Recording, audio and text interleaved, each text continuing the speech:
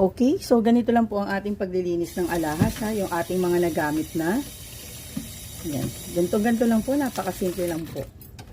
So wala po kayong dapat alalahanin dito kasi itong mga to is stainless steel and then titanium steel. Kaya talagang kayang-kaya pong linisin.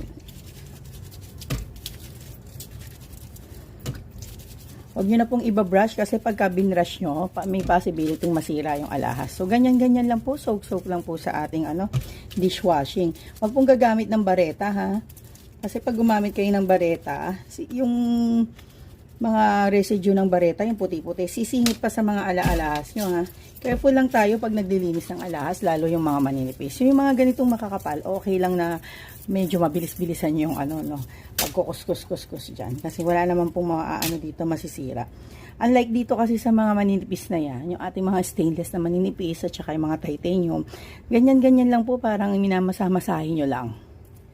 So, para lang matanggal yung ating mga pawis-pawis dyan. Then, makikita nyo po ito mamaya sa ating pagtapos ng paglilinis. No? Ito sinasabi ko pagka kasi sabay-sabay, ayan. So, nagbubuhol-buhol siya. Dapat pala hindi ko pinagsabay-sabay. Okay. So, ayan. Ganito lang talaga yan magpaglilinis. Tapos, makikita nyo yan at the end of the video. Makikita nyo na kung gaano siya kung gaano siya kakintab uli. So, bumalik siya dun sa dati yung pagpe-purchase. Paano nyo siya unang-unang binili? Kahit na nagamit mo na siya ng several times, ganun pa rin, ha? Kita nyo, ha? Nalilinis siyang mabuti. Ito yung ating magnetic heart. So, ayan. Tingnan nyo naman ang color. Buhay na buhay. So, akala mo talaga is legit na gold.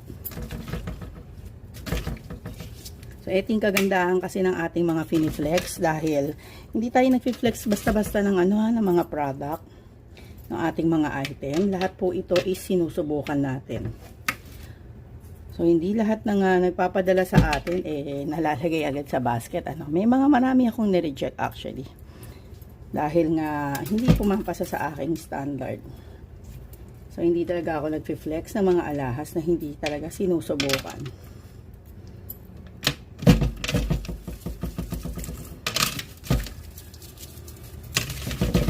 Ito yung ating titanium, makikita nyo kung gaano siya kaganda.